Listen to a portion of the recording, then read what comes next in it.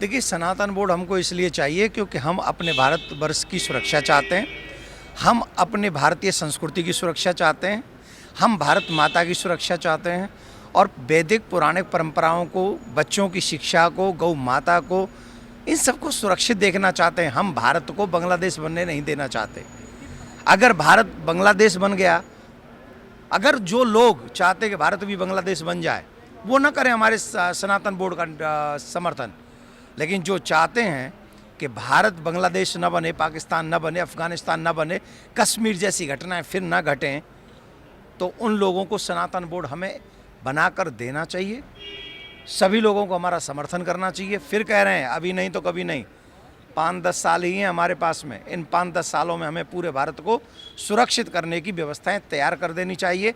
जो अपने भविष्य को देखते नहीं है, भविष्य में आने वाले खतरे को देखते नहीं है, ना उन्हें कोई समझदार कहता है और ना ही वो आने वाले भविष्य के लिए अच्छा होता है। कुछ लोग कहते हैं जो सनातन बोर्ड बनाने की बात हो रही है वो जमीनी हकीकत पे अमल में नहीं आएगा या जमीन हाँ, वक्फ बोर्ड जमीन पे आ गया।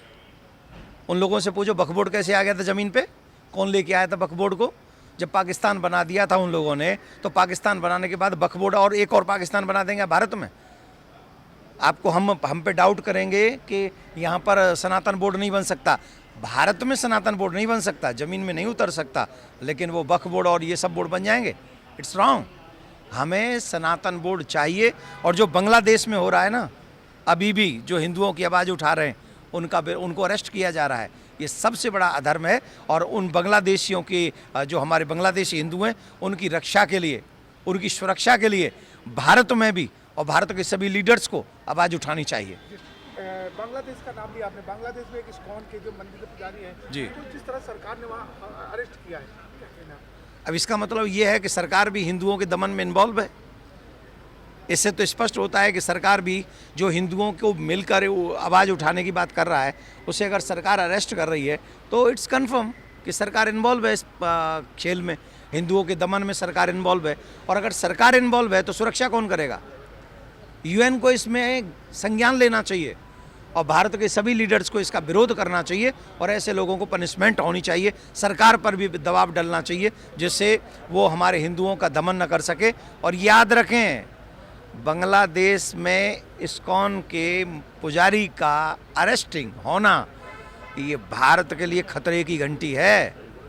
ये भारत के लिए खतरे की घंटी है। यहाँ से जितने भी, इस देश में जितने भी बांग्लादेशी हैं जो गलत तरीके से रह रहे हैं, उन्हें भारत से बाहर करना चाहिए। एक आखिरी सवाल, संभल में जिस तरह से घटना हुआ, जिस तरह से उत्पात हुआ, क्या कहना है? संभल में कैसे, किसने किया ये सब?